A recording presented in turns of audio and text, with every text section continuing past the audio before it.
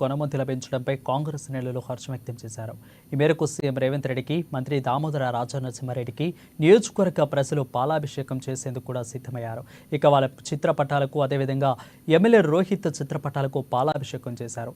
మెదక్ పట్టణానికి medical college మంజూరు చేయించడానికి కృషి చేసిన ఎమ్మెల్యేలకు అభినందనలు తెలిపారు. పాలాభిషేకం తర్వాత కాంగ్రెస్ కార్యకర్తలు టపాకాయలు పేల్చి స్వీట్లు పంచుకున్నారు. కోరిక మరి ఇవాళ నెరవేరడం జరిగింది. మరి దానికి ఆ భగవంతుడికి, మరి పూర్తి అధికారుల బృందానికి, మా కలెక్టర్ గారికి, మరి అందరికీ కూడా మరి పేరు పేరున కృతజ్ఞతలు, ధన్యవాదాలు తెలియజేసుకుంటా ఉన్నాను.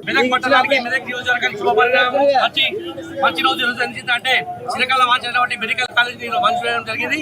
గడిచిన 10 ఏళ్లుగా వివక్షకు గురైనటువంటి ప్రాంతానికి అభివృద్ధిలో తొలడుగు వేసినటువంటి గౌరవ ఎమ్మెల్యే మైనపల్లి రోహితరావు గారికి యావత్ మెదక్ ప్రజల పక్షాన శుభాకాంక్షలు, ధన్యవాదాలు తెలియజేస్తా ఉన్నాం. శుభ సూచకమైనటువంటి మెడికల్ కాలేజ్ ని అధికారికంగా మంజూరు ఇస్తూ పూర్తి స్థాయిలో ఏర్పాటు చేసుకుంటూ కేంద్ర ప్రభుత్వం పర్మిషన్ కూడా ఇవ్వడం జరిగింది.